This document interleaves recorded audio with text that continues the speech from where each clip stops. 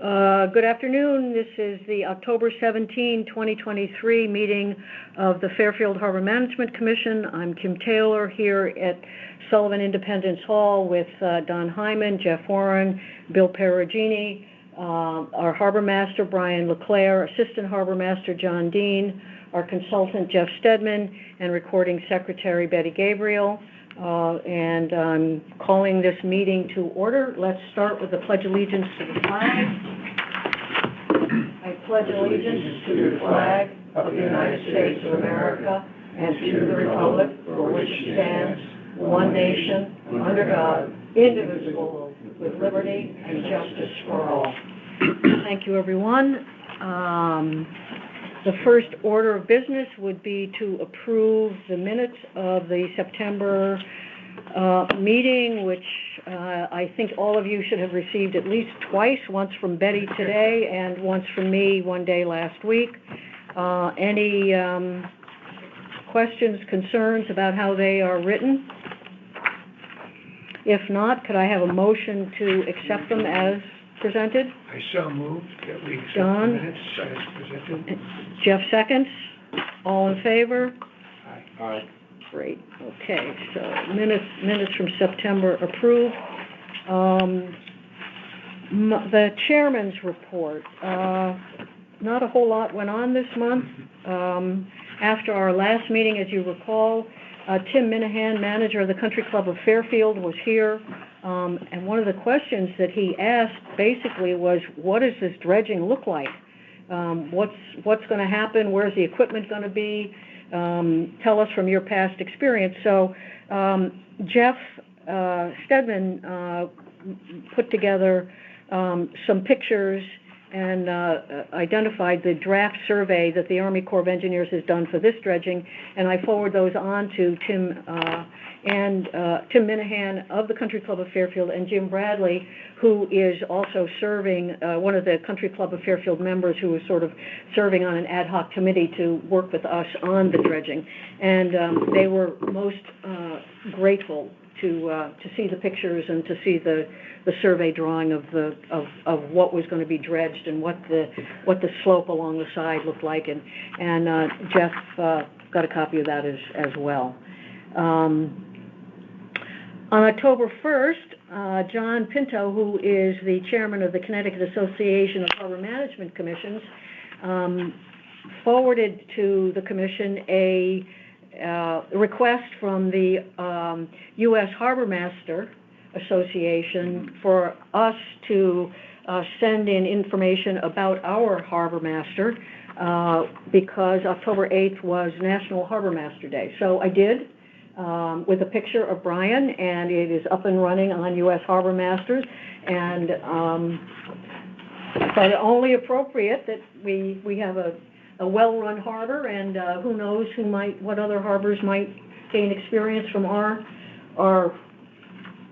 good harbor masters, including John Dean, and your experiences. So it's up and running, and they were very grateful for that, that we paid attention, that we submit. So and finally, yesterday, and I forwarded to commissioners and Jeff, I believe, and Brian as well, a letter from the Andrea Oziak, co-founder of the Sasko Creek Neighbors Environmental Trust.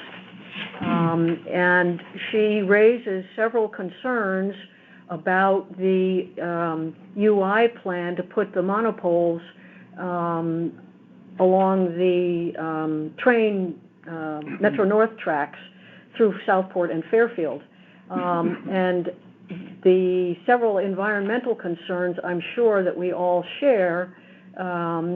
She's concerned basically that the poles will be, 3 of the poles will be near the former Exide battery property, which I believe we've chatted about, expressed our concerns about whether or not that land is does in fact contain any more toxic materials that would find their way into the Mill River.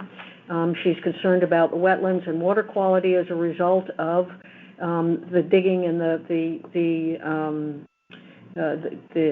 disruption that will come from getting those poles so close to wetlands and the Mill River, the vegetation management, the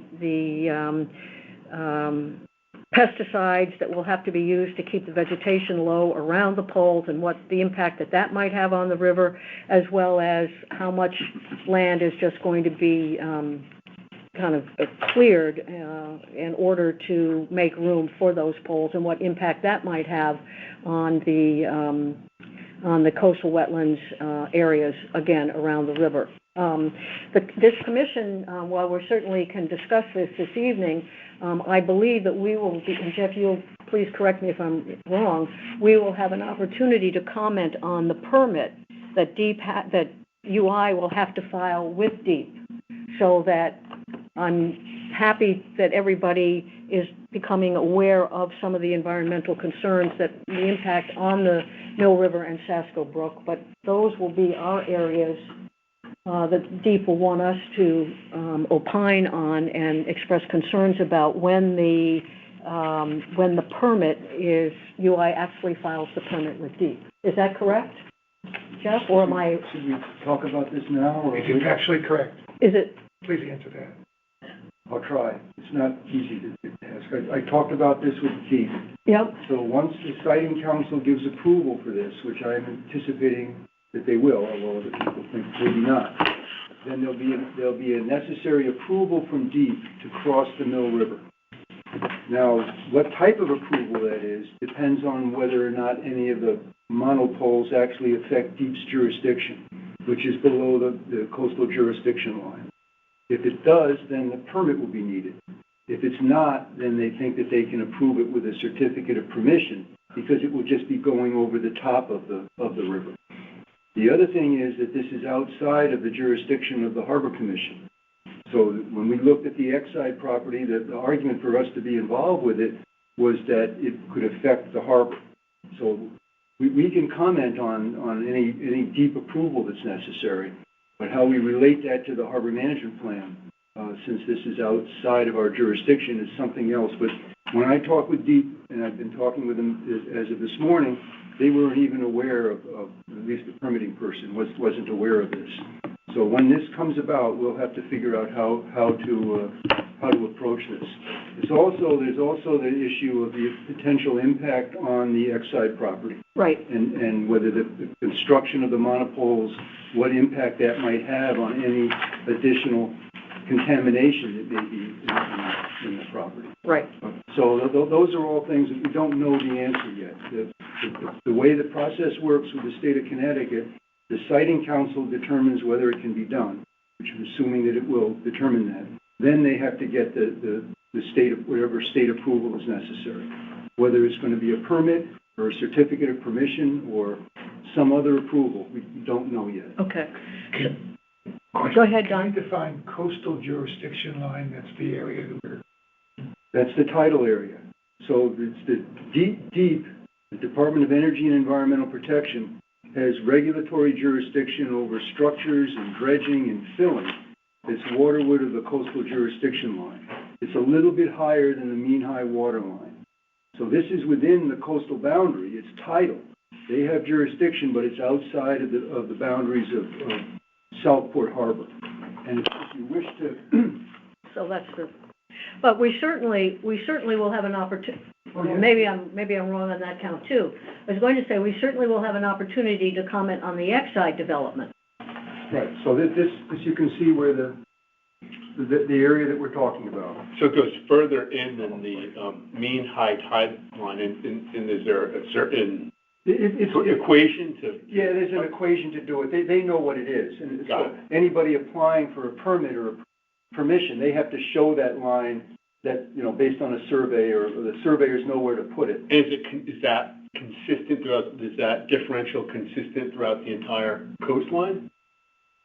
I don't know. No, I think it's a different distance from the mean high water line. It's not like you always go 10 feet more. Right, but it's variable. It And what factors contribute to that equation? I know I'm getting into the weeds here. I don't know. Okay. But the jurisdiction used to be mean high water, because that's the difference between the public trust area and private ownership. Right. But the coastal jurisdiction line goes up a little bit inland of mean high water.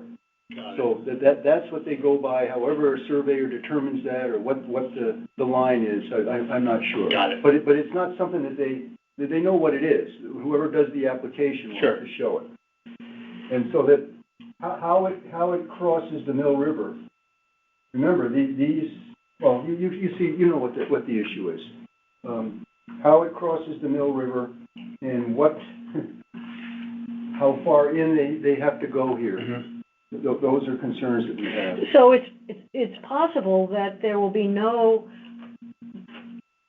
there'll be no monopoles on the edge of the river, that there'll be one significantly to the east and one significantly to the west. Well, you know, they couldn't, with the existing poles, they couldn't cross the river with one, a pole on one side and a pole on the other. Now, apparently they've said that with the higher poles, Right. so if these are 80 feet or so, 90 feet, the new poles are described as up to 145 feet. Right. So the higher poles, whether they can cross the river with one span and not have to put any foundations within the coastal jurisdiction line, we don't know. Okay. So But stay tuned. It's going to go along and I will show you one other. Oh, so the coastal jurisdiction line would be around here, because that's, This is however upland or inland the tidal flow goes. okay, Now here you've got the bulkhead, yes, all right? So the coastal jurisdiction line is going to be right along the edge of the bulkhead. right. It's not going to go inland. I sent each of you photos that I took just today, standing right here, looking this way, and this way. So I think you can see it close up. Okay, thank you, One Don. other thing I will show. So that's really a tidal estuary, right? Yes. So, but it's tidal, so that's why the Well, is the tide even jurisdiction up line- there? Yeah. Does it come above the dam? I don't know. From time to time it does. Deep Yeah. is asserted jurisdiction up here over this. And that's why the coastal jurisdiction line is variable. Yes. Because, right? Now, here, the commission has jurisdiction on Sasko Brook as well, half Right. of it. This proposal that UI is described as beginning from Sasko Brook through town. Now, does that mean, what are they gonna do on the west side, and how are they gonna Yeah. connect this? But you can certainly see the potential visual impact of poles that are significantly higher than the existing ones on the south side. Yeah, I mean, myself and several attended that meeting. Don was there, Jack was there. I mean, there's no doubt in my mind that this is going to have, just personally, a very adverse impact in a host of ways, not the least of which is the visual component, the aesthetics, apart from all the other, profoundly negative consequences that will arise. There's no doubt.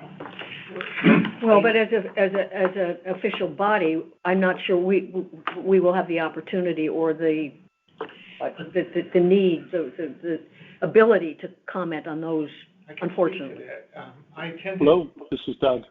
Oh, hey, Doug. Hi, Doug. How are you?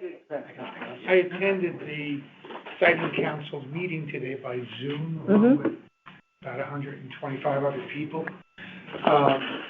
And I learned that Attorney Tim Hertz is representing the town of Fairfield as an intervener in this evidentiary hearing, and there will be at least 2 more evidentiary hearings before the deadline where they have to decide.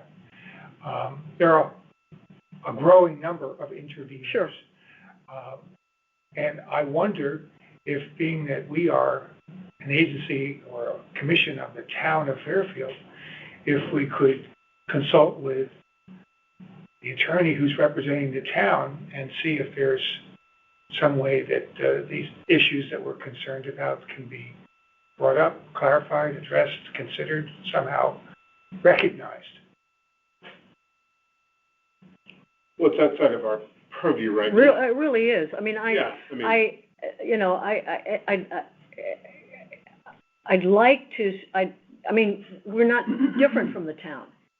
If the town has hired him, Right. The town is already represented. Yeah. Does he know of what we're talking about, these issues? I would think he would. Should he? Well, the letter from Andrea certainly raises I don't know that we would have any additional concerns, At this point, I agree. right? I mean, Could we forward it to people in the town administration for their, in turn, forwarding to our representative at the siting council? oh, I think it would be appropriate for her to forward it to them. I mean, is she a citizen of the town? She can. is, but isn't this now part of the record for this meeting? Yep.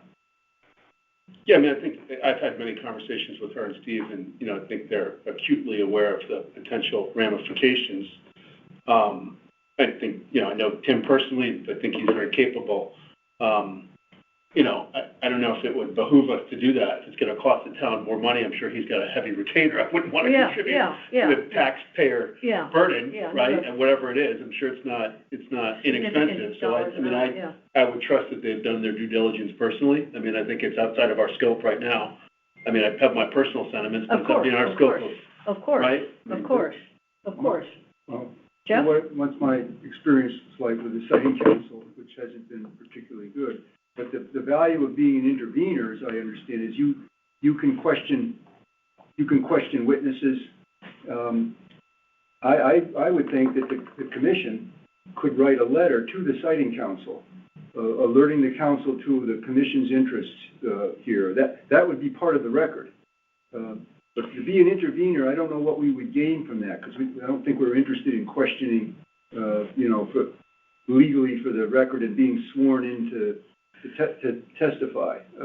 Do we have standing to be an intervener? No, but we have standing to write a letter to the siting council. Well, we can, of course, Attach of course, that, of course. jurisdiction, right? Right? Beyond our jurisdiction. Yeah, Yeah, we, and the town's got it. The town's already. yeah, But, I mean, I don't disagree, but it's beyond our scope right now, I think personally. yeah. no, but I understand the objection to talking to the attorney, but what about the idea of writing a letter to the siting council, echoing or We certainly can do that. calling attention to these issues, perhaps attaching a letter that is part of this meeting? We certainly can do that. We certainly can do that. And then we would be, when it comes to the regulatory process, we would be concerned about the potential adverse impacts on environmental quality in the Mill River. Yep. And also alert them to the possibility of disturbance and the need for analysis of any placement of the new monopoles on the Sure. property. Sure. Perhaps I received, perhaps all of you received an email from State Representative Jen Lieber urging us to do this very thing. Well, I can draft such a letter. Yeah, I Jeff, think the letter should come from the chairperson. yeah, Yeah, I But, mean, it should be done on our behalf. yeah, but We can draft. we can do it. We can do it. Yeah. I think we can do that. Certainly echoing some of these concerns, and as it complicates our potential, view of what happens on the Exide property. And Yeah, well, yeah. you could just attach your email. just another voice to be heard. Sure, we can do that. And you know that in the 1990s, there was similar concern about the placement of the monopoles on the north side. I wasn't aware. Oh, yeah, that was a big to-do. Sasquatch was quite involved with that. So what they're doing is taking the electric transmission lines off the railroad catenary. And they did in the 1990s, they did the north side. And they built the monopoles that you can see in these photos. And the issue that was raised by Sasquatch then had to do with the public health impacts of electromagnetic fields. And the siting council acknowledged the studies that were pointed out, but said that there was not evidence to demonstrate the direct link on public health. And the State Department of Health agreed. But they also said that and there were no standards at that time for the distance in protecting public health from electromagnetic, no state standards. And so the decision of the siting council to approve it, and the siting council rejected the town's appeal. That was the way to open up the hearing again to discuss the impact of the electromagnetic fields. But the siting council said that if there were standards in the future that the state would establish, then UI would be responsible retroactively for changing the north poles and the north line to comply with those standards. Now what we understand, and this is secondary because I didn't go to the meeting, But the UI has described these monopoles on the south side now as being high enough not to have a concern about health impact. I think that's the issue, because it came up at the town hall meeting. I mean, there's no doubt there's a link between EMF and the adverse health impacts, but if you look at the physics, it's the relationship is inversely related to it's exponentially related to the inverse of the distance, I guess. Mm-hmm. So I think the premise is they're far enough away, but there's no doubt there's a huge link. But I think, because this came up and they had an epidemiologist at that town hall meeting, but I think it's far enough away, so that would support the higher monopoles. But doesn't that lead to the question, do you agree that there is a public health impact, and that's why these higher monopoles are on the south, and then what about the ones on the north? And are there state standards now that can control this? Yeah, I don't know, but I think it's, I mean, there's no doubt there's a link. I just don't know if they've examined what the differential would be, and it would probably support that it's safer because they're so much higher. I spoke with Andrea about this very question, and if I can paraphrase her view, is that largely they view this as a settled issue, the health thing, and they're not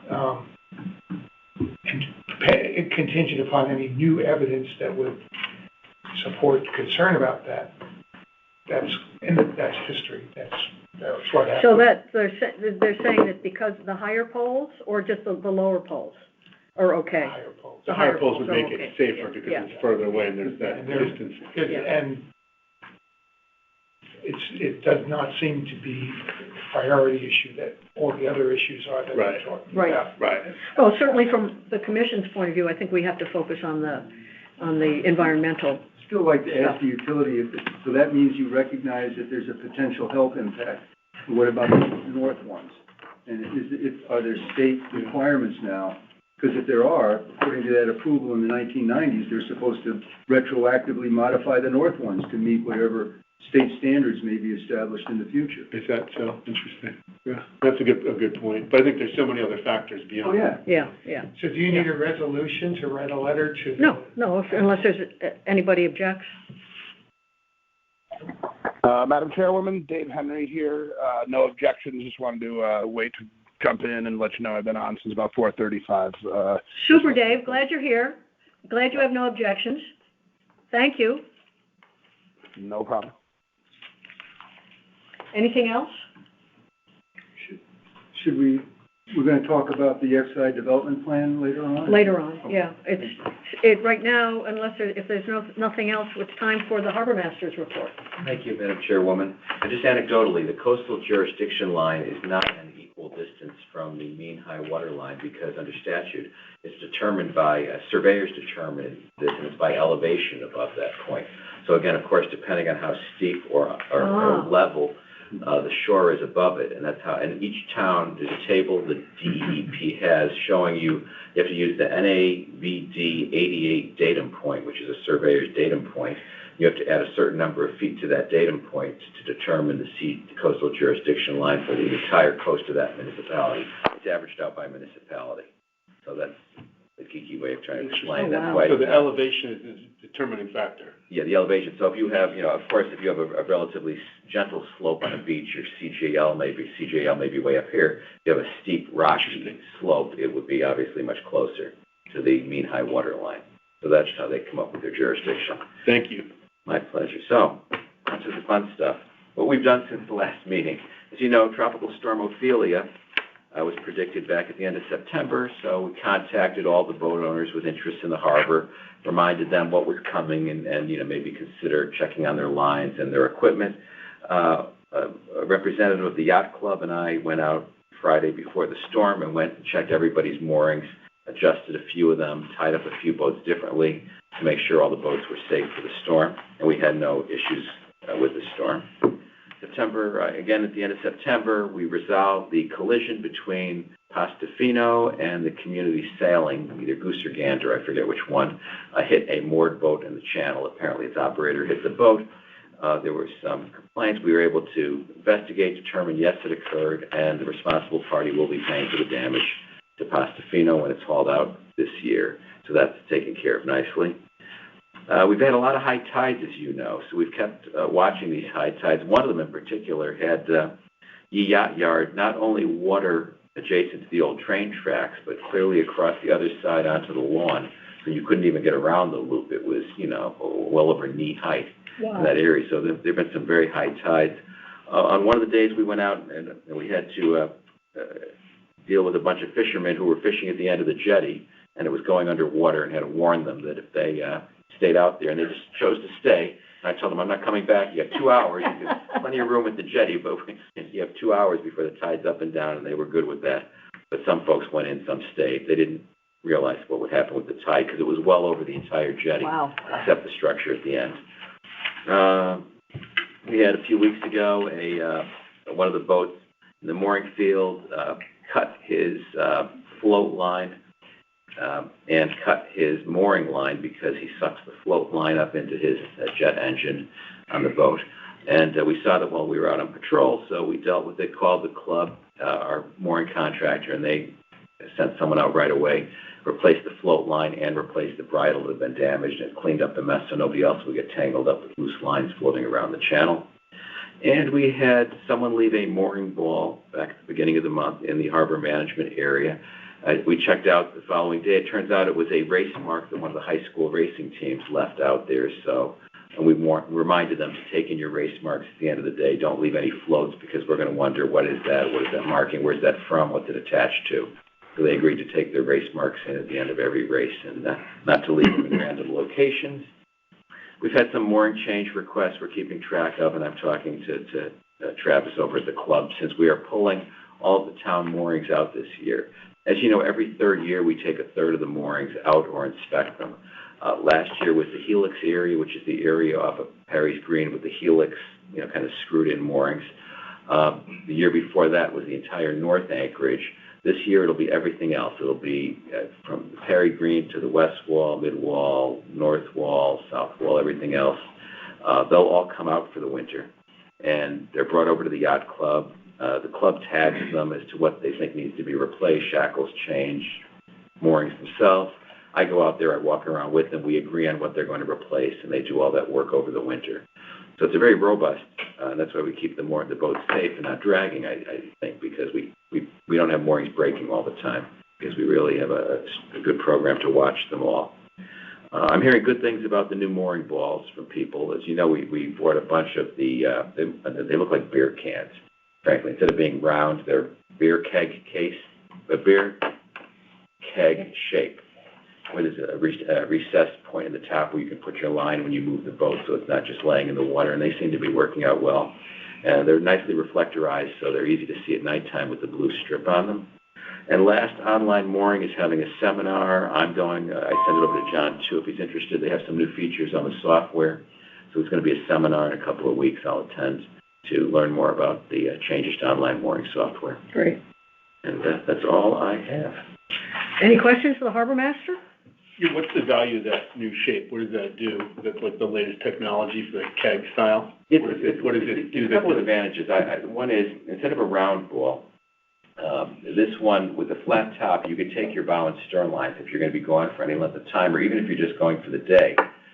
Someone could take your line once you leave, a yacht tender from the club, for instance, and for the big boat, and coil your line back up right there so it's not floating your tether into that location. There's also a circle in it where you could take a pickup pole. If you wanted to have a pickup pole to grab your line so you don't need your boat hook, you could take your pole, have the end of your mooring line there and attach to the pole, and put the pole right in the buoy if you want, so it's sticking straight up. So when you come back, you can reach off your bow and stern and just grab a pole, like an 8-foot pole, and your mooring line is right there, so you're not looking at your hook all the time. And self-riding, Yeah, they just sit there. Yeah, great idea. Yeah, and the club had some, so we talked to them. They were having good luck, so we replaced the ones that needed replacement, the town moorings, with the same ones. We jumped on their bid.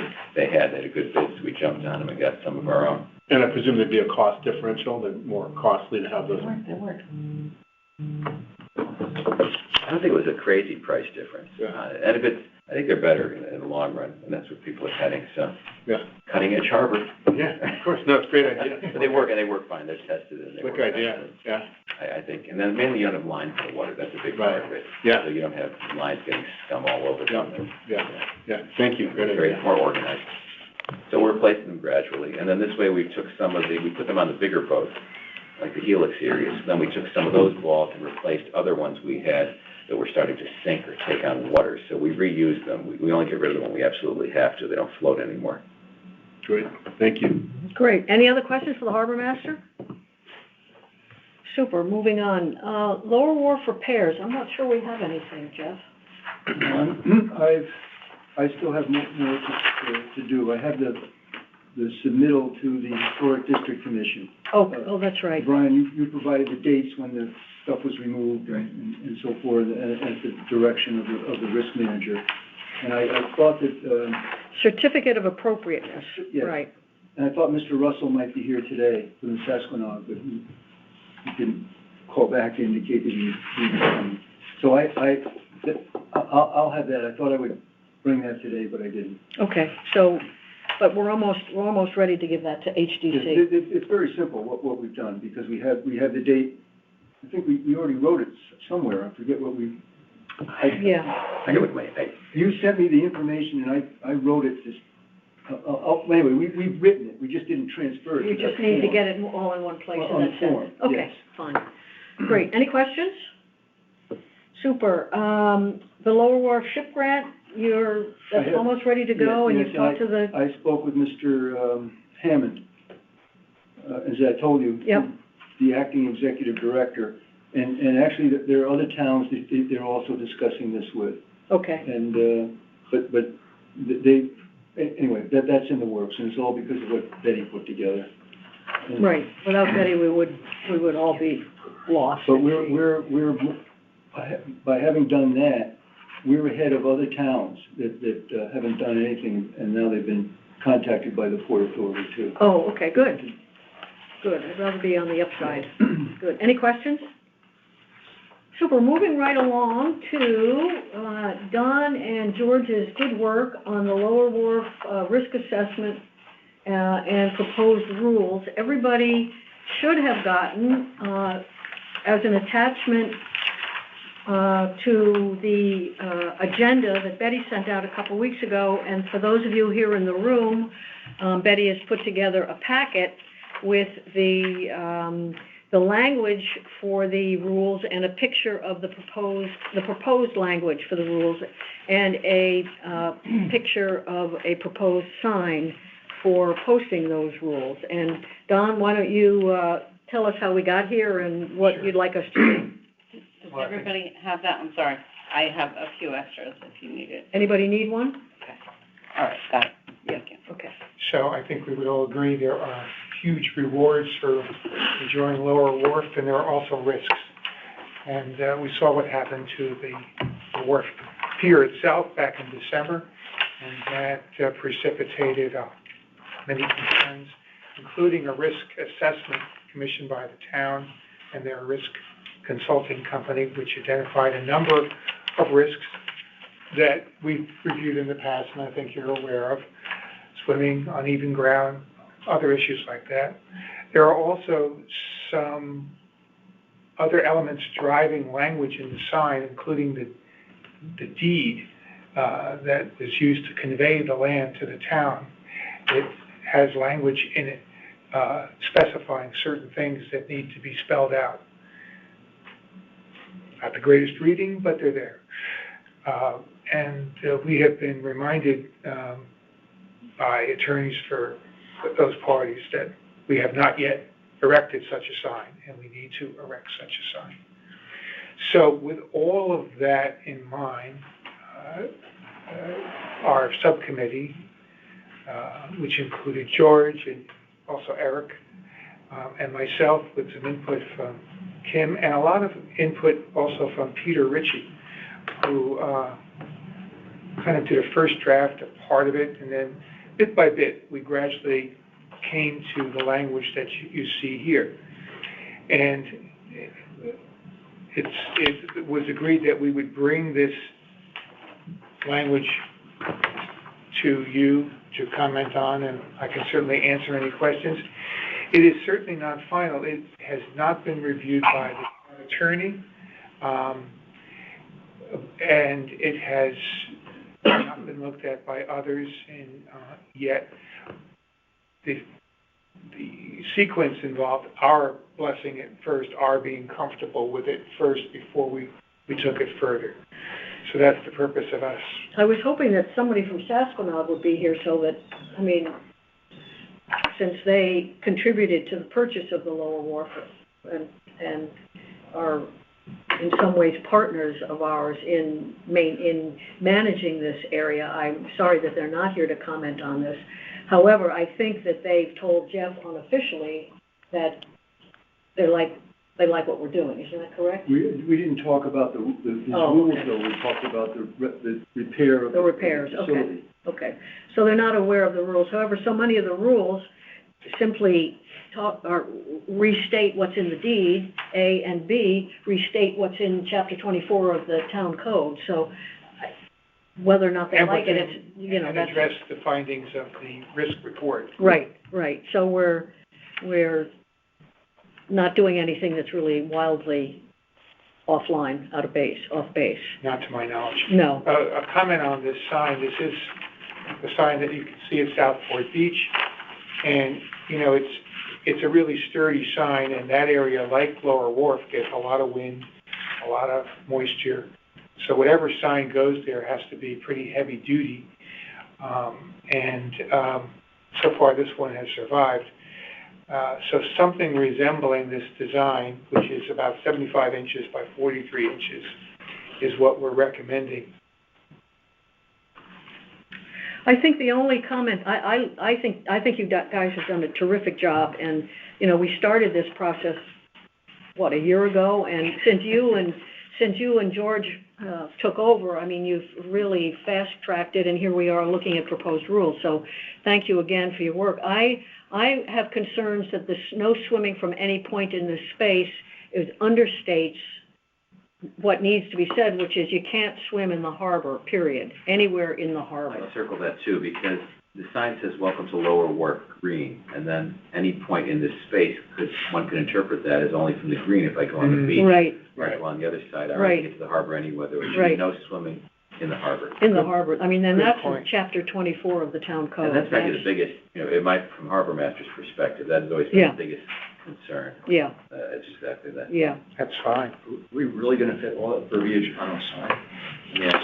It's going to be difficult, but we're thinking of a fair... I didn't, thanks for listening to my conversation, Jerry.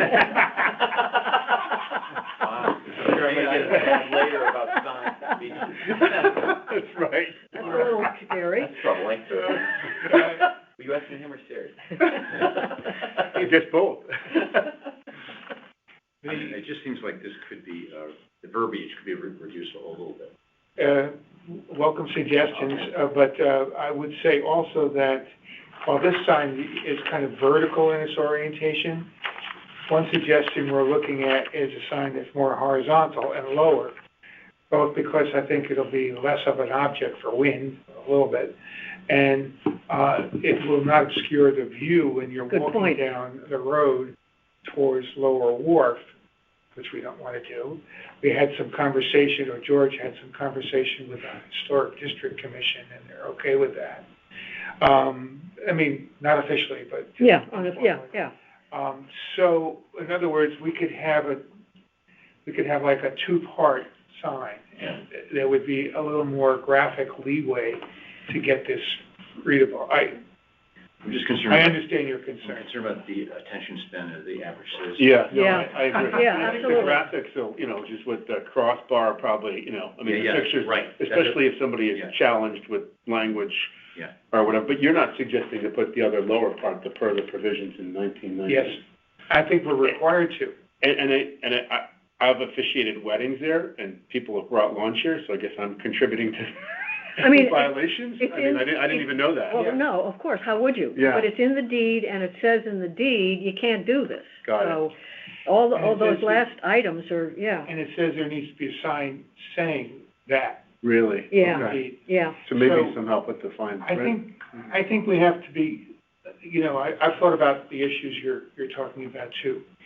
How does the town manage the risk? They manage the risk, it seems to me, by trying to educate people who come on what the risks are.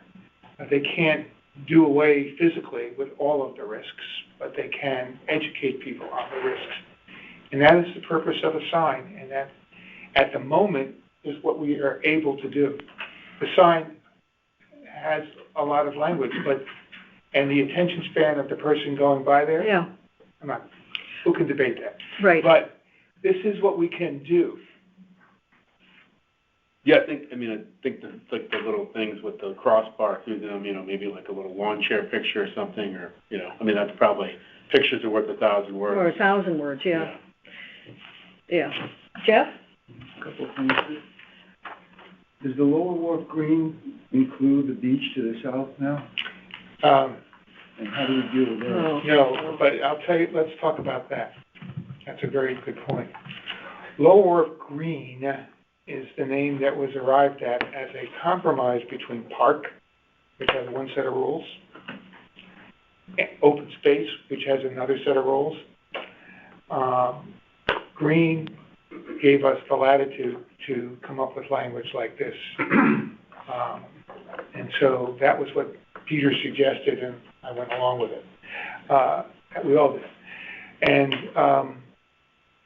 the beach is indeed a concern, and that's why I think there's language in there about how you can only use the beach from October 1 to March 31.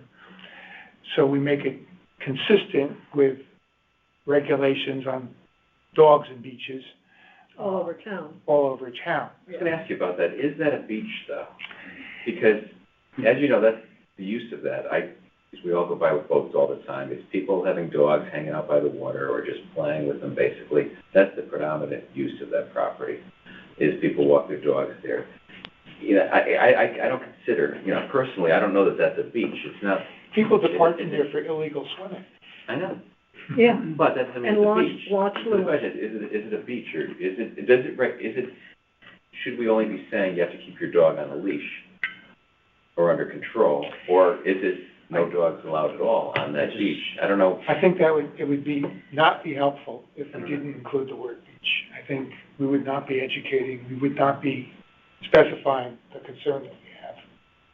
I just think there's some redundancy here. Don, this is Doug. Can you hear me? yes. Yep. I have a question.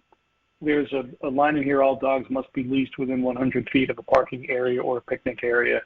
Is the Lower Wharf within 100 feet of a parking area or picnic area? Arguably no, because there's no picnicking on the Lower Wharf, so the beach would not be. Yeah. Would be the parking lot. There's no parking. The parking area is the yacht yard. Yeah. Yeah. 100 feet, Yeah. Well, yeah, it's probably like 300 feet, right? At least. It's more than 100 feet. So I guess my comment would be, for the sake of shortening this, I personally feel that second line could be deleted because it's not pertinent to the lower. I understand that it's in section 14, but it doesn't seem to me to be pertinent to the Lower Wharf. Point taken. Yeah, yeah. And at your own And risk, then, I don't know. Yeah, I mean, I think we could probably, skip through a lot, I mean, it's all great stuff, but I think, in the interest of losing attention, we could probably make a few other adjustments as well. Well, bear in mind that we'll be bringing this language, and this has been reviewed by Peter Ritchie, although, of course, it's not final. And we want to bring your comments and concerns, which I'm noting here, but we're going to be meeting with him week after next, and so please get your comments to me, in writing as soon as you can. Okay. Has it been determined that the Harbor Commission is responsible for managing the beach area to the south? The what? The beach area? The beach area that we're talking about? Well, Because if it's a town beach, then the responsibility is with Parks and Rec, but the deed states that it's responsibility of the Harbor Commission. every communication that I've had with Parks and Rec has been that Parks and Rec considers that we are managing the Lower Wharf, period, paragraph. So That this they, would be part of the Lower Wharf then? right, it's part of the Lower Wharf and it's our responsibility, not theirs. That And- answers the question. Yeah, That was my question. Is it a beach? Because yeah. it's part of the Lower Wharf. Does that make it a beach? Lower Wharf Green area. I don't think it is a beach. I mean, if it For walks like a regulatory duck and purposes. quacks like a duck, isn't it a duck? I mean, it's You've there's got to- sand there, there's. The only way you can, the only way you can get I on mean. that, the only way you can get on Great point. that I mean, sand it is- looks like a beach to me, but Right, it's also, exactly. yeah, I mean, again, naively, I'd say that's a beach. But It doesn't. by the letter of the law, I guess the deed, Why wouldn't Yeah, it be? then it's also beach across the harbor there on the other side of the jetty too, and it's not. Just because there's sand there and water there. We don't have a beach below the mean high water line on the other side. But It's a town beach, though. I thought it had to be, it's managed by Parks and Rec. Right. Well, I think that Parks and Rec, as I say, Parks and Rec, every time there's been a question about something going on there, Parks and Rec has responded in the email by saying it's Lower Wharf, it's Harbor Management Commission, period, paragraph. So it looks like a duck and it quacks like a, but it identifies as something else. The only way you can. Right? So It gives me a headache is what it does. Yeah, because it looks like a beach to me, but Yeah. those are points are well taken. It's really not. But it is. is part of the contiguous land Absolutely. that we've been Absolutely, that we're, ceded, and the only way to get to it is to walk across Lower Wharf Green. and It's a many, duck. many people who have their dogs swim there talk about it as, I've heard people say, it's the only beach in town that dogs can swim from. So, It's a I mean, practical. I think we're splitting hairs here. Yeah, and the dogs are not leashed there. I mean, No, when no, they're not leashed. There's a couple of other things that just, I'll mention now. You got children under the age of 18. How did you arrive at that? The Parks and Rec, I think, is 12, isn't it, for supervision? Peter Ritchie came up with that language. Oh, that's risk management? What's that? And is that a regulation then that's specific to this property? I don't know. And if I there are know that regulations, does that? He wrote that, but I can. And who's Peter Ritchie again? Peter Ritchie is the town risk manager. Oh, yeah, okay. He is also the assistant director of HR. He's been busy lately. And then the one after that, this space is open only between sunrise and sunset. Now, the example here is dawn and 11 p.m. So I'm just wondering if there are things here that would be considered as regulations. Do those require some sort of formal approval as regulations by the commission as the authority to do that? Then the other things, just quickly, the sign that you've got as an example, that has Parks and Rec at the bottom. So should not the Harbor Management Commission be identified as the responsible entity for the bottom of this sign? Yes, it was just a shape that we were. And then there's a Historic District Commission, you say that they've approved the placement of a sign such as this on the site? Conceptually, they're in favor Of a sign, which they still have to approve what it looks like. Correct. And then, to Bill's point, what about organized events that are here? Is that? You're thinking of the blessing of the fleet? No, of the weddings. Weddings, And other, funerals. other. Yeah, weddings, even the blessing of the fleet would probably violate some of those, right? So how do we do, should there be a regulation having to do with getting approval from the commission to have, not that you need it on the sign, but we talked about this when the property was acquired. To have an organized event, do you need approval from the commission to do it? Well, what do they do at Perry's Green? I mean, if somebody has a wedding party, they go down there and they take pictures and stuff. I mean, I don't think they go to Sasquatch, do they, and say, can we? I think they just show up. Yeah, I mean, the weddings I've done have been small, which is Yeah. show up, and, Yeah. you know, people are respectful because they Yeah. understand it's a Yeah. wedding. Yeah, There are memorial services that go Yeah. all the time, too.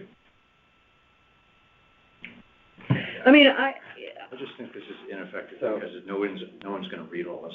Right. yeah, And most of the time when you see rules and regulations posted, it's just it's a laundry list of no swimming, no biking, and that makes it very simple, and no one makes reference to the town charter or provisions that justify the rules. They just list the rules. I just think that would be more effective. A simple sign that list of rules, do's and don'ts. You know? And visual stuff too with it. Yeah. Pictures Yeah. with 1,000 words. I mean, it's all relevant, but it's just, you're gonna lose people. I mean, I think. Do you think that with do's and don'ts and pictures, there will be greater attention for this. That's what you're The saying. pictures are worth 1,000 words. I mean, it's just, and again, not everybody. People want to make a quick look at the sign Right. and see, can I bring that? You know. Yeah, That's right. exactly, exactly. Back to the dog. Another question. Oh, I did some quick research while I'm here as the lawyer in me. I'm searching the town code, and there's a code provision that says the following are hereby established as the public bathing beaches of the town. Jennings, and it's defined where they are: Jennings, Sasko, Southport, and Riverside Park. Mhm. And then Lake Mohegan is a separate category. Then the Park and Rec has jurisdiction, exclusive management and control of the public bathing beaches. And it defined them to, this is not. Well, I mean, you know, every department has its own rules and regulations. I mean, conservation is different than Parks and Rec, is different from, you know, so it, you know, We're making a law that no one will follow because yeah. it's not a beach. maybe. I don't know, so I'm just throwing that out there. But if we don't do that, how do we help address the problem of dogs swimming into the channel, things like that? Yeah. It's only really a problem for the dog. Well, I don't want to be hitting the dog, you know, I mean, that's you're right, it is only a problem Right. for the dog, And but, dog owners and boat owners. but, Swimmers is a big problem, frankly. If someone's gonna go out in the channel, it's not the dogs because Yeah. they don't go far and they don't go in front of the boats. They're just catching balls and coming back most of the time. The ones that even go in the water beyond wading. So it's not like, I don't see or get complaints about dogs in the way typically. It's usually the people that are out there trying to go back and forth. It's a problem. That's your, do you agree with that? do what? Do you have problems with dogs when you go out in the way, or they just kind of? Oh, I've had dogs in the way, yeah, of the channel, especially at low tide when there's so little water and so much exposed sand. You know, the dogs can wade way out. We had a guy skipping rocks right at the boat. I mean, come on. What you're saying is to make it simpler and just say, use this space at your own risk, no swimming in Southport Harbor, children under the age of whatever it is should be supervised, space is open between, all dogs must be leashed or if unleashed, kept under the control Well, see, of the that's owner. part of the redundancy, because if, it's patently untrue that all dogs must be leashed, because right after you say if unleashed, so you Right. just cross out the. But that is the way the law is written. That's a lift from the law. I understand your concern, but that is the way the law is We written. could say all dogs must be kept under control. That's, Because you're under control if you're leashed. Well, because we really want them under control, however you're able to do that, either leashing them or unleashing them, right? I mean, some people would say, the reason that they use that language is because some people could say, I have verbal control of my dog, and they don't. So the preference is for leashing. Verbal is secondary. But what Jeff's saying is maybe you don't need the statement above it that says dog owners and their pets are welcome to share Lower Wharf Green if they comply with the rules, and just state what the rule is instead of the Right, introductory statement. exactly. Yeah. That's what I'm talking about, Yeah. redundancy. Yeah. Well, you know, there is some redundancy, but, I mean, on the other hand is, you know, we're trying to be welcoming here a little bit. Right. And again, that was a suggestion from Peter Ritchie, our risk manager.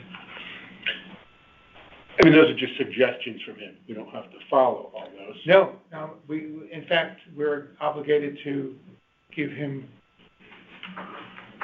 a revised draft if we need to, that reflects our sentiments. That's why. I mean, if you really read this carefully, it's not very welcoming. It's like, you can't do anything That's right. except stand there and walk. Right, right, and look. Because we do want to be welcoming and hospitable, but you're right, and there's a lot of regulations, but I think the bigger point too, as you mentioned, is there's just so much, so you're lost.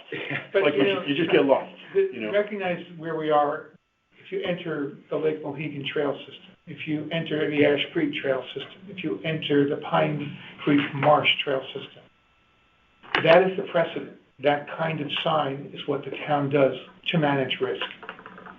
Yeah. It doesn't mean it has the right impact, though. No, it doesn't, but that is what they do. No, I know, but just because they do it doesn't mean it's right.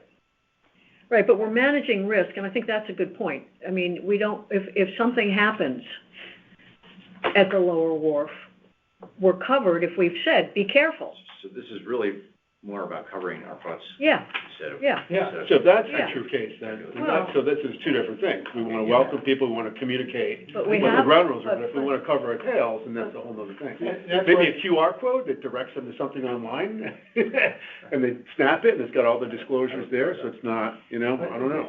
I know that the town attorney has been talking with Peter on this and expects to see something from us along these lines. For those reasons.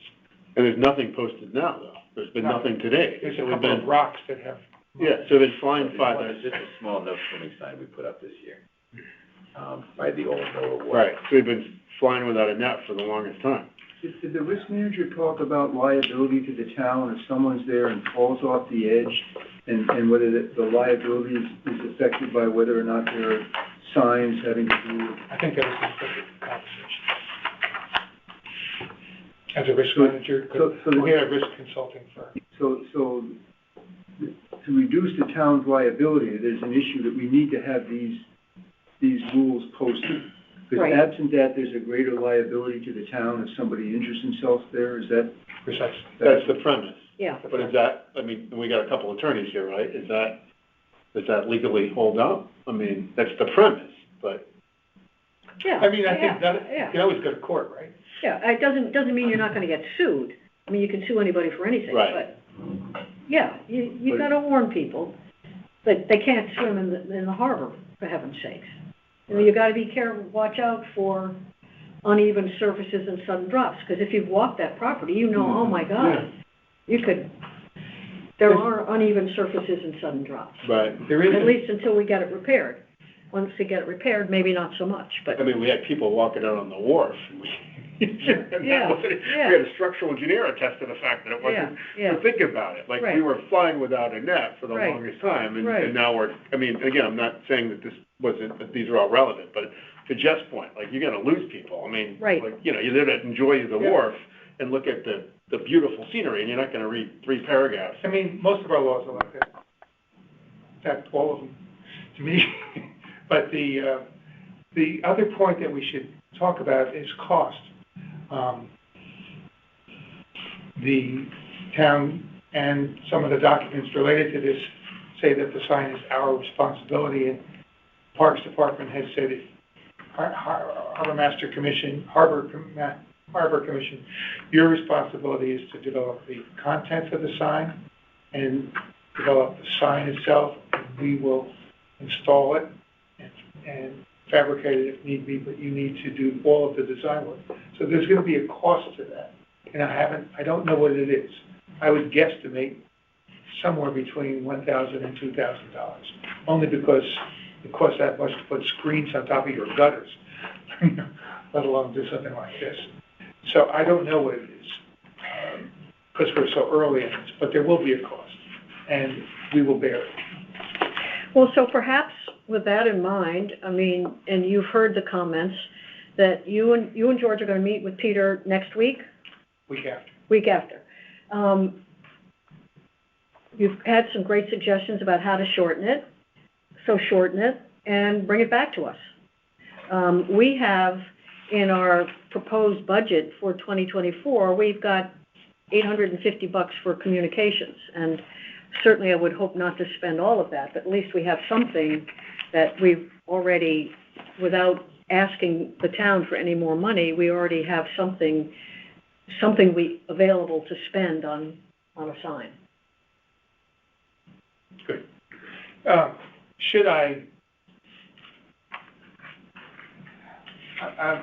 wondering about the next step. We can shorten this, but, with the feedback that we've gotten, to a degree, I think, but recognizing the legal obligations that we seem to have. Can I bring that, if you send additional comments to me, I'll make annotations on that, and I'd like to bring that annotated document to my meeting with Peter. Yeah, great. And actually work it through there rather than do nothing with him. Great. I think so. Okay. And I think the visuals are key.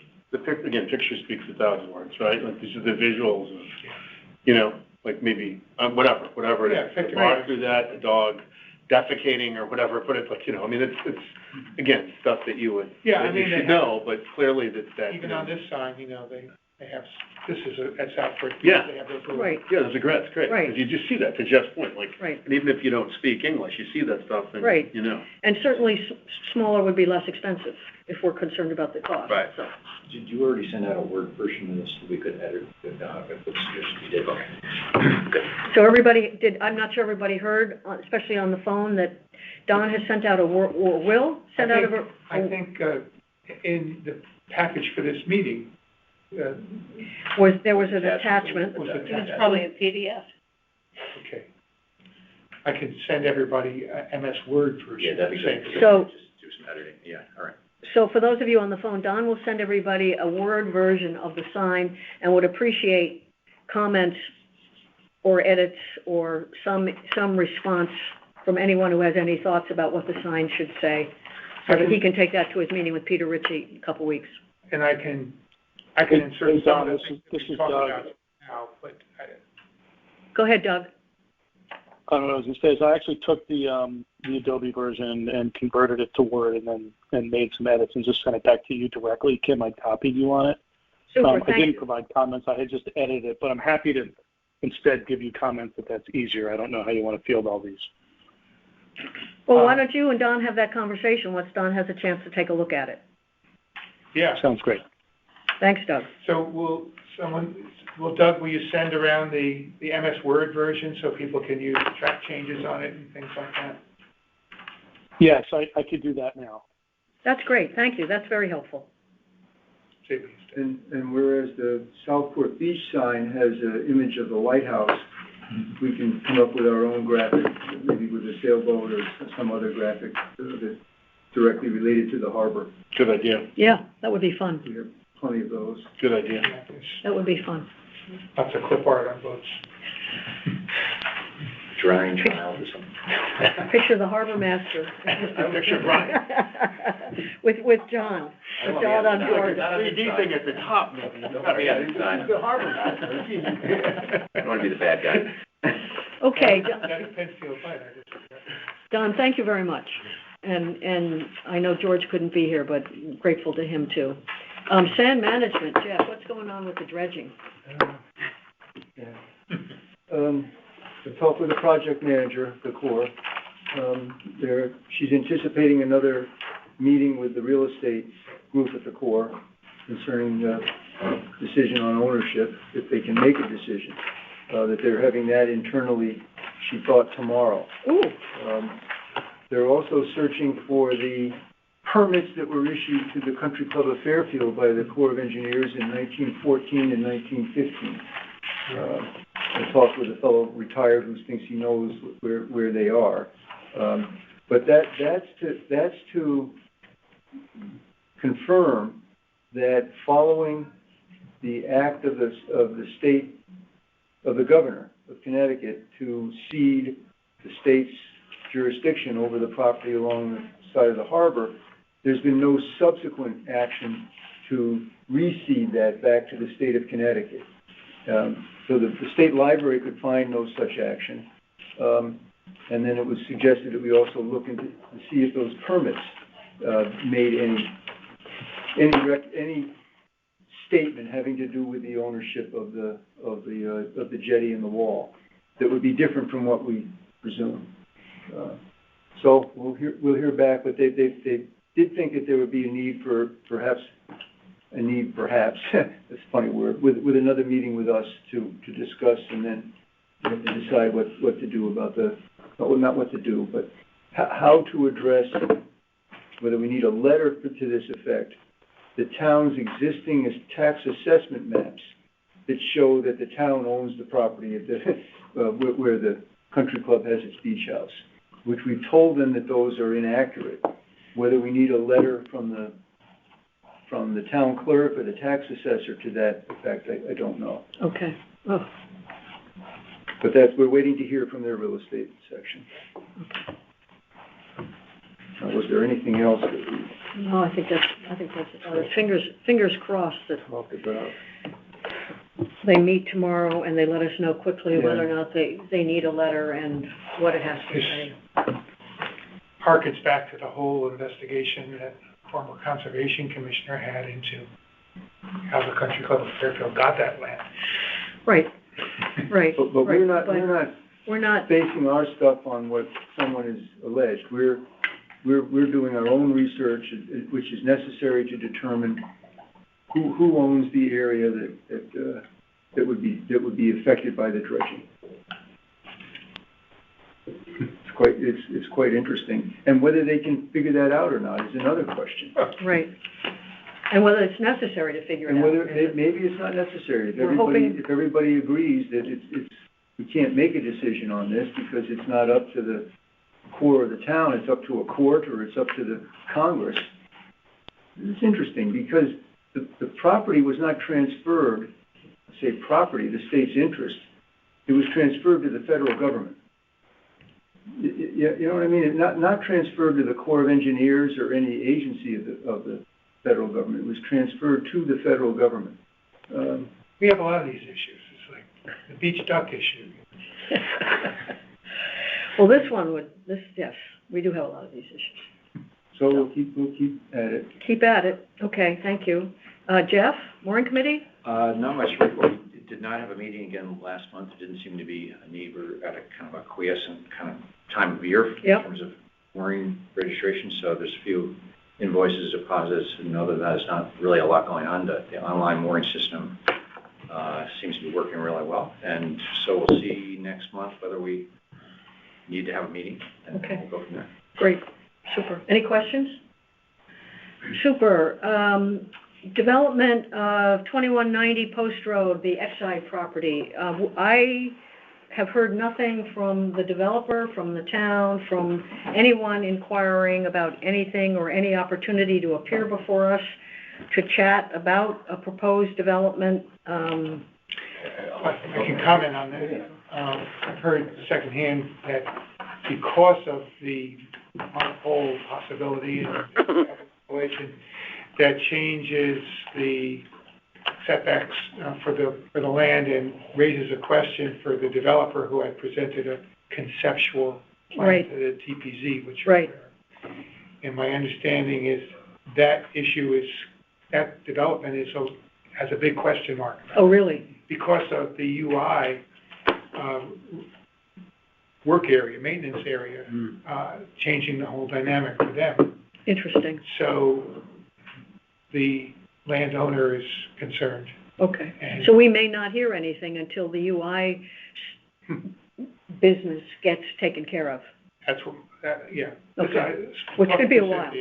And UI professes that they noticed this a long time ago, but I think few have validated that they got those notifications. Oh, yeah. I wonder if, somehow they were just never noticed on this, because this whole thing started 2 years ago, right? The first hearing was July, was just according to this. Yeah. And I think it kind of caught everybody by surprise. There were postcards supposedly sent out and so forth, but I would say there was some under-communication going on. It seems to be the case. Right. To be the case. So multiple family development underneath the electric line. That would be up higher than if it was on the ground. Right. Right. That's true. So that would have a consequence because it's elevated. Right. I don't know how tall that's going to be, but that is, again, it's exponentially related to the distance, right? From the, it's all physics, but that's an interesting. Right. So it's a big question mark there. So did you want to say anything? But you see the bulkhead that's on the drawing there? Right. Well, not on the drawing, on the photograph. No. The bulkhead along the Middle River. I talked with Deep about this several times, and Deep's initial finding or statement was that it's not properly permitted because there's no deep permit for it, and it's within the coastal area. So they talked with the property owner and the developer, who told them that they were not interested in removing it. However, Deep has now determined that it's not permitted, but it's not a violation. Oh. Because when it was built in freshwater wetlands with a permit from the Inland Wetlands Agency. And that was built for the purpose of the remediation project. And then subsequently, when the area was dredged out to remove it brought the coastal jurisdiction line up to the bulkhead. So now it is subject to deep regulation if something was to be done with it. But they're not going to pursue it as a violation of work that was done without a deep permit, because when it was built, it didn't need a deep permit, if that makes sense, because it was inland wetlands there. Then that raises the question of, well, it was clearly, as we understand it, approved by inland wetlands as a temporary feature of the shoreline. For the purpose, it wasn't designed or built to be a permanent feature. It was designed to accommodate or support the remediation work. And it was understood, and there was a bond that was posted or required for its removal after the remediation was done and the restoration of the natural condition of the shoreline. Now, we know when that the Inland Wetlands Agency at some point decided it wasn't necessary to remove it, and they released the bond. So now that brings up the question of, in the future, if that property is redeveloped, should there be a condition that it is removed to restore the natural shoreline? What would be the benefit of doing that? So what we've learned is that it's not a deep violation. It was intended to be a temporary structure, and Inland Wetlands has apparently no interest now in enforcing the original permit condition that it should be removed and the shoreline restored. Now, we're going to have to interact with planning and zoning or town plan and zoning on this when the development plan is proposed, which needs to have public amenities along the shoreline. And we'll have an opportunity to comment on that. Another interesting. Yeah. Any questions, comments, concerns? Too many concerns. Too many concerns. Very, very complicated concerns. And our response to the draft plan of conservation and development is in the works, right? Yes, and I said we would have something this month, but the TP&Z commissioners told me that there's not an urgency now, that we have some time, because it's been, initially it was being rushed to be in place sooner than maybe was appropriate. Yeah. So we have time to interact with the POCD. Now, also interestingly, POCD also affects, well, of course, Sasko Brook, and there is a watershed-based plan for the Sasko Brook watershed, which includes a good part of the town of Fairfield area. And so some years ago, the Harbor Commission expressed support and was part of the input into the preparation of that plan that actually I worked on. That doesn't mean it's any good, but it's a substantial effort. And so the Sasko Brook Watershed Committee, which is organized by the town of Westport, is meeting in the next couple of weeks, and they're going to make a recommendation that the POCD should reference the environment, the Sasko Brook Watershed-based plan. Good. Just like it does the Harbor Management Plan. Good. Yeah. And since the commission is supportive of the Sasko Brook Watershed Plan, because it affects Sasko Brook, which is part of the commission's jurisdiction, this commission, I think, would be supportive of that too. Absolutely. Don? You mentioned the Harbor Management Plan, and I know people have been working on that for at least a year. Several years. Several years. It seems to be a document that has some parallel with one that the Fairfield Plan of Conservation and Development, at least as a tool, as a planning tool. My question is, when is that due at any point in time? When we finish, but the plan exists now, is valid. If we update it, that's fine. But the Harbor Management Plan is a separate document than the POCD. They interact, but one doesn't supersede the other. They're parallel, separate documents that help the town get where it wants to go. Because the POCD is for land use. Again, and the Harbor Management Plan jurisdiction, POCD land use jurisdiction is the mean high water line, and what's landward. The Harbor Commission's jurisdiction is the mean high water line and what's waterward. But there's an intersection of both of them, and that's where that coastal site plan review and decisions of TP&Z, the Harbor Commission has a role. But they're two separate documents. One I doesn't understand supersede the other. I understand that. I just wanted to know if there is an expectation that we have to have that plan by a certain point in time. We have the plan. I It's in know, effect, and but- we have been updating, and there is no expectation. We're very close to the time when we would like to submit it to DEEP for their approval and then bring it back to the RTM. But we haven't done it yet because we've been waiting for a number of events, including a dredging plan to come from the Army Corps of Engineers to include in the plan itself. That was a significant component of the update, the new dredging plan. Sure. And how that material would be disposed of, and that the full width of the channel would be maintained. So once we get that, I think that we can put things together, and we also incorporate whatever we've come up with the lower wharf as well. The plan would But Doug and I and Jack and Mary Von Conter, former chair of the Harbor Management Commission, and Cheryl Beacock, a former commissioner, and Jeff have worked on it, 3.5 years, and we're very close to the time when we've streamlined it and taken out things that were originally set forth as goals and objectives, and so that's things that have been accomplished since 1995 are now part of the plan as an accomplishment as opposed to a goal. And so the revised version will be far more relevant and timely than the 1995 version that we're living under currently.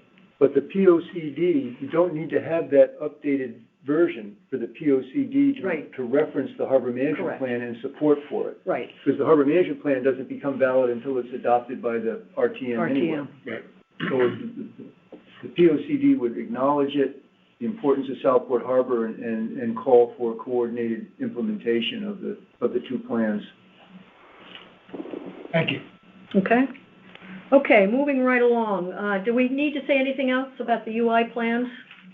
Anything else that anybody wants to, we could probably talk all night about it, but in terms of business of this commission this evening? Or you're going to send a letter I'm sorry? You're going to send a letter to the siting council. Right. The commission will send a letter. Commission. Yeah, we'll do that. Okay, moving right along, we've got a budget. And the budget as presented to you is no increase. Once again, for this, third year in a row? Fourth year in a row. Can I? Yeah? Why do we never ask for more money? Is we told not to?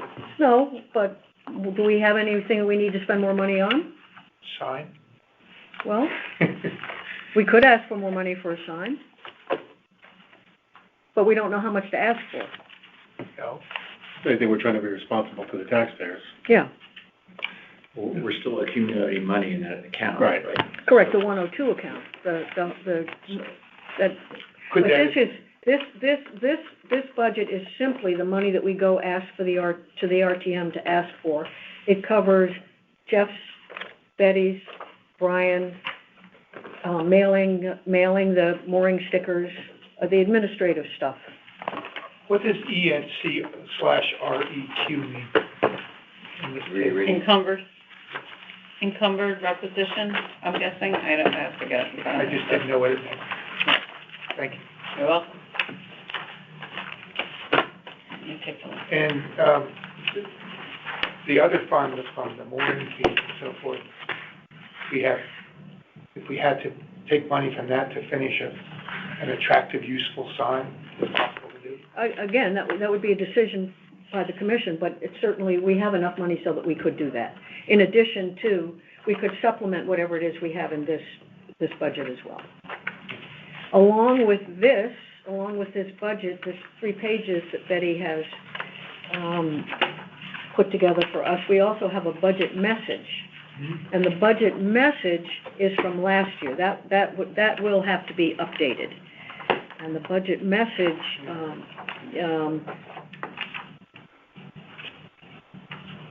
pretty much the highlights and goals. Budget summary and the highlights and goals are the things that mostly have to be updated and revised. And that's what you and Jeff work out? Well, unless there's only because nobody else has wanted to do it. I'm very happy to delegate, I don't know what that wouldn't have, I think it looks. at this point. Someone also we haven't had to do it for the last 2 or 3 years, but, the Board of Selectmen, Board of Selectmen likes to occasionally question representatives of commissions about their budget request, as does the RTM. So if someone wants to tackle the money issue and be available to appear before the selectmen and women and the RTM, that would be great. Sam had done that historically, right? I'm sorry? Sam do that? No, He didn't? no, Okay. no. Jack? I did it. Did you and Jack? Yeah, I did it, yeah. So we pick up the tab for the harbor master's cell phone. Yep, Does the town have a cell phone? it's through the town. It is, okay, so got it. It's not, I was surprised we how have, expensive it was I know, that's what I thought. for a phone, since how many. And you just have a separate phone and it, like, is that what? They just signed me one on a number they have already. Got it. But, yeah, that's, it seems like a lot per month. It does. I mean, especially for, Yeah.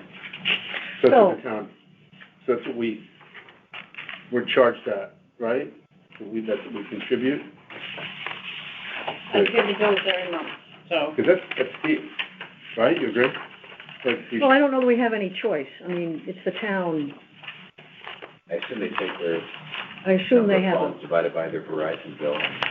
probably. Yeah, I mean, I don't know. Well, so this has to be submitted next month, correct? Yeah. So, It's usually when I- yeah, so this is where we stand, this is what it looks like.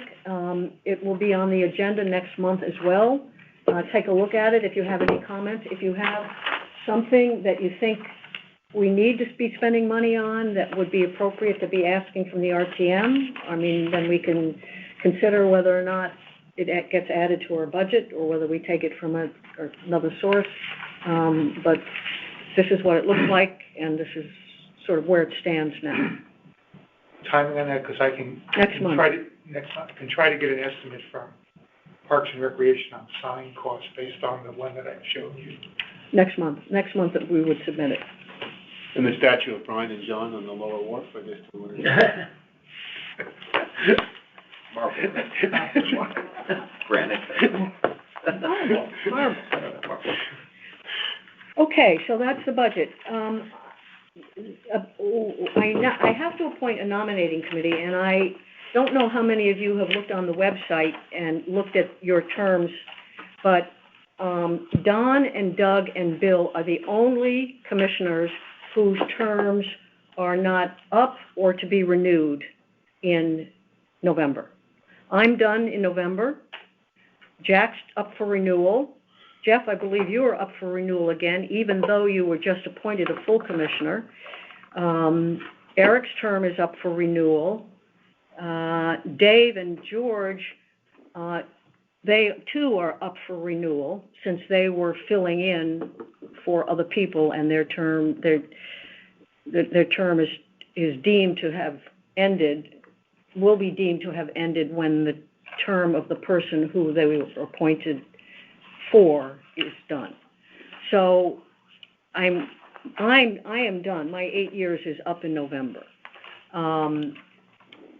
We need a nominating committee to appoint, to recommend a chair, a vice chair, and a secretary.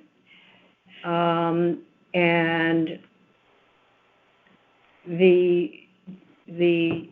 I don't know how it's going to work, given that this is an election year. Each commissioner is charged with maintaining their spot, their job, being on the commission until a commissioner is appointed for that specific spot. So it may be, I don't know when the first selectwoman will have the opportunity or the time to appoint new people. It may be that we all end up serving until January. It may be that by our meeting in November, which I believe is November 21st, that she has managed to appoint new people and they have been confirmed by the RTM. I just don't know the timing on it. So I think if I could ask Don and Doug to be the nominating committee, and I think we have to kind of hang loose and see what it is, how the appointments go, and if there are people who could serve another 4 years, if they're intending on serving another 4 years. I mean, that is also the question. So those who, their term is up, they need to be reappointed by the first select person? Absolutely. And confirmed by the RTM. It just doesn't renew, right? No, Yeah. no. Yeah, okay. And Jack, so we're gonna lose you, unfortunately. I'm term limited. I've served 8 years, and you can only serve two 4-year terms. But so Jack, I thought Jack said he was coming off, didn't he, or? I believe, although I'd rather not speak for Jack, but I believe it's Jack's intention not to renew his, not to serve another 4 years. Yeah, He's been on for 6 years. Okay. Yeah, he did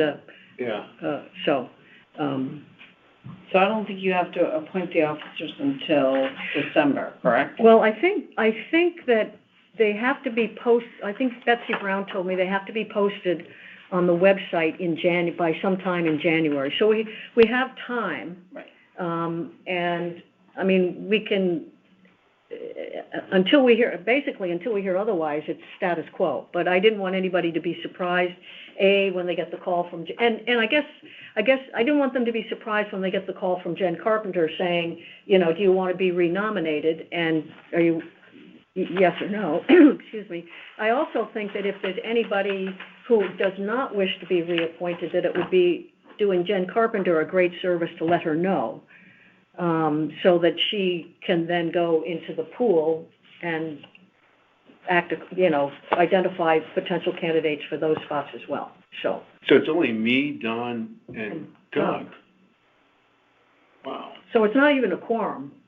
And we don't, so the commissioners who are being reappointed don't just disappear. We serve until somebody calls us and says, I've appointed somebody to fill your spot. Thank you very much.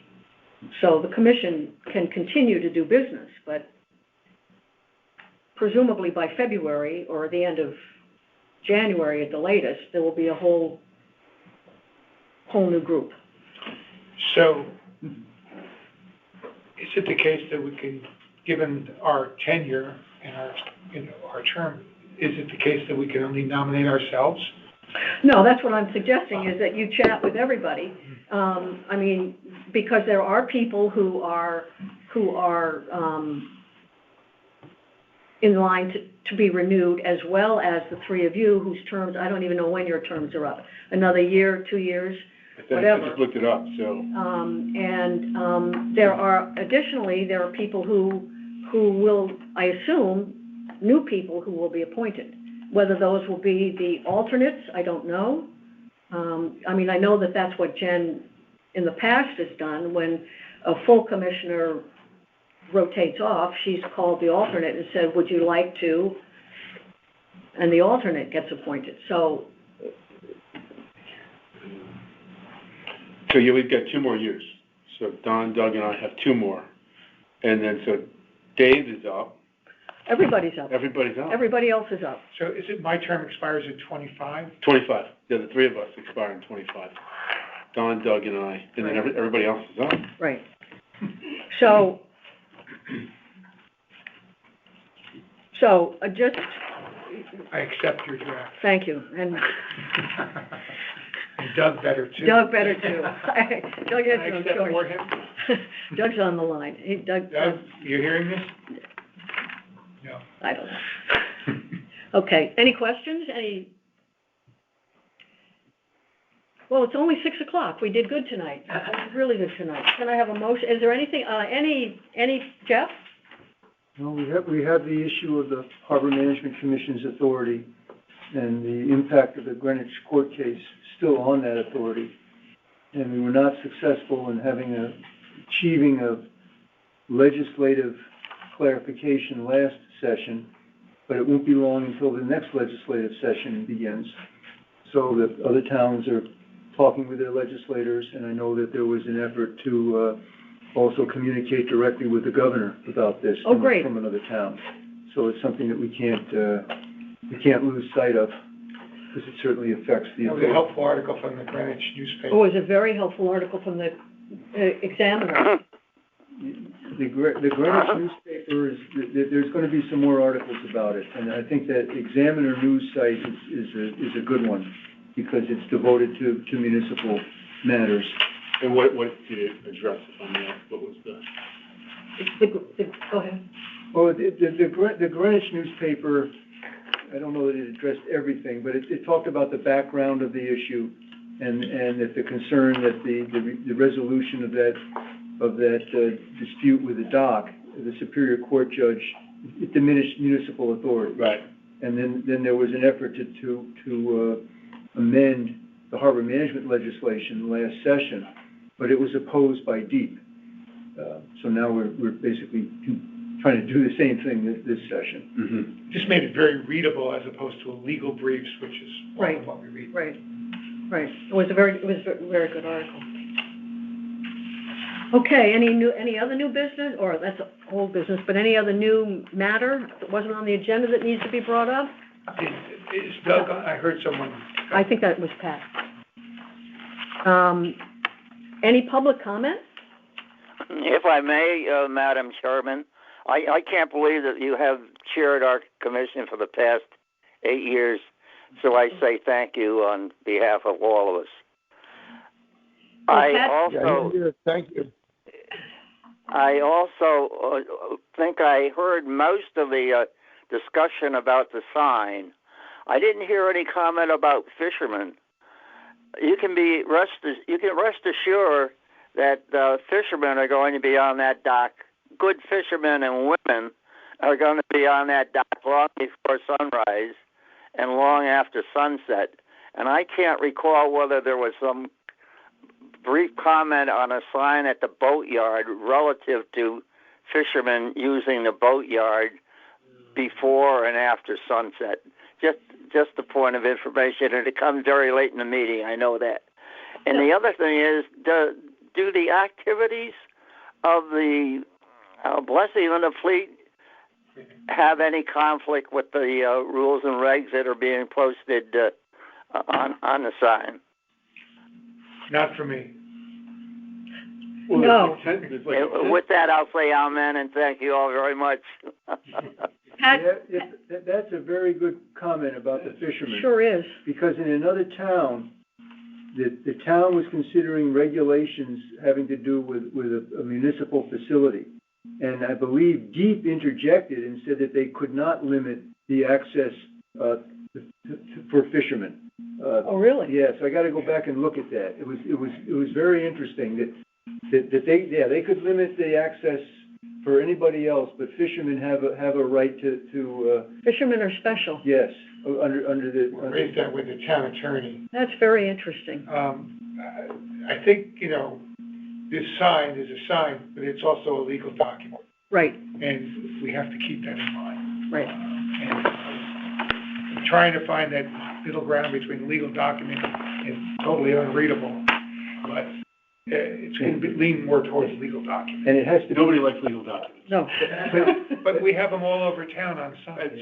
But yeah, I mean. But it has to be enforceable. Right. Right. Because you can't put that out there and Well, that actually, sends the wrong message that people blatantly violate it, Is that true? Does it have to be enforceable? I mean, realistically, do you think the police department is going to be down there enforcing any dog regulation? No. They have other things to do. Right. I think, again, it's kind of like like the Vatican. They set rules up here, and they hope you get close to it. But if there is an issue, yeah, I agree. It wouldn't be day-to-day. I heard the folks say that. It wouldn't be day-to-day enforcement, but if there was an issue. Right. It did require someone to take an action. And it could be enforced. Right. Then the rule is posted has to be enforced, or has to be enforceable. Which means it had to be properly adopted as a regulation. Which is the case. These are laws in the town of Fairfield. Any other public comment? No, ma'am, thank you.